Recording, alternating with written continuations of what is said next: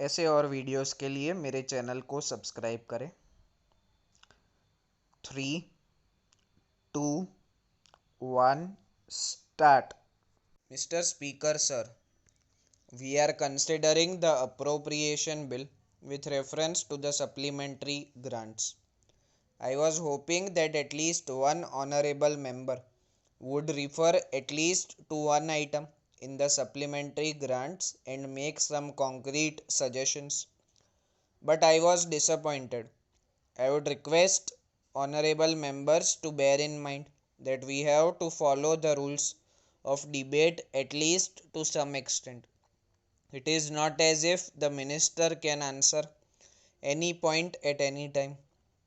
We come prepared with reference to the subject matter which is to be discussed.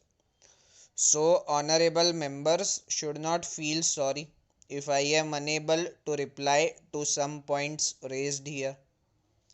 I am grateful to the deputy leader of the opposition for his constructive speech. After all, we are interested in the welfare of the people, and all of us are eager that our country should prosper.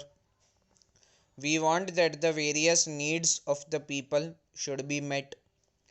In the method of doing this, there may be difference of opinion in regard to certain matters, but it should not stand in the way of our cooperating where we agree.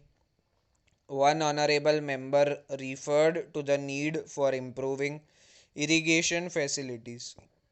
I may inform him that we are anxious to increase production of food grains.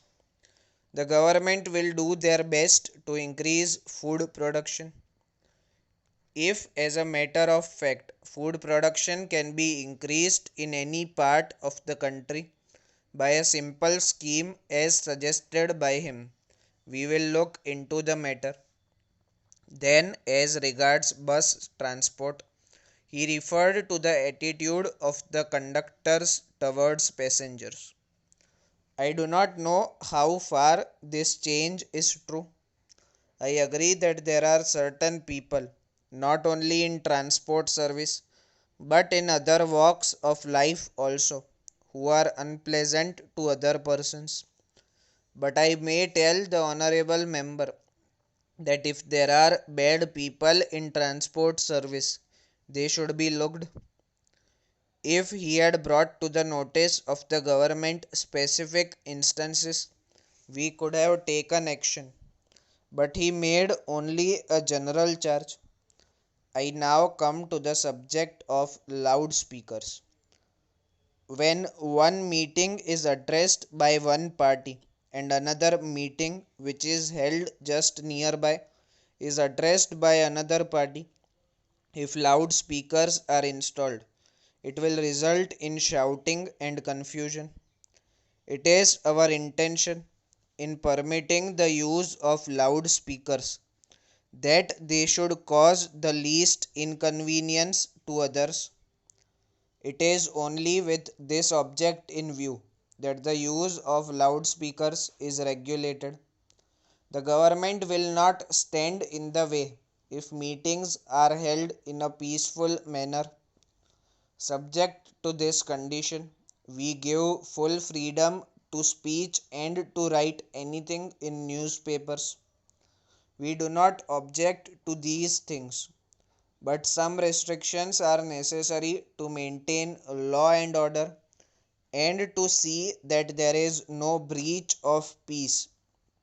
It is only from the point of view that certain restrictions are imposed and they are in the best interest of the community as a whole.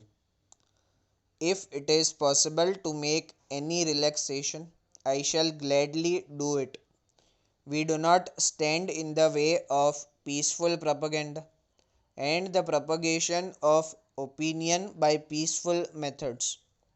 I thank the honorable members for having cooperated with me and the government and for having made useful suggestions during the debate. We can take pride in the fact that our debate has been at a high level. I am sure that any stranger who has watched our proceedings will give a certificate to that effect. Letter from Ganesh Food Stores, Mumbai, to the Indian Biscuit Company, Pune.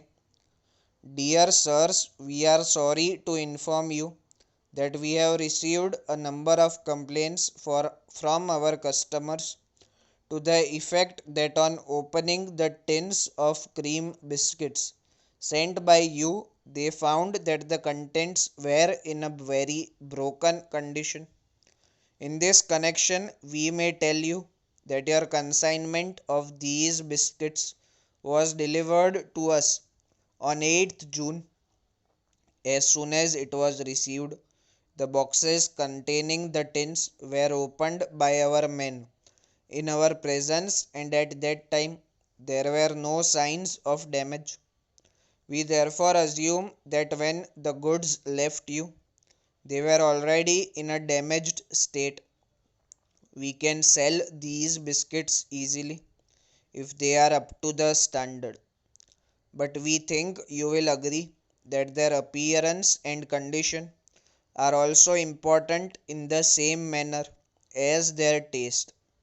So, we are worried about the grievances of our customers. It is our usual practice to supply sound goods in exchange for the defective ones which are returned to us by our customers.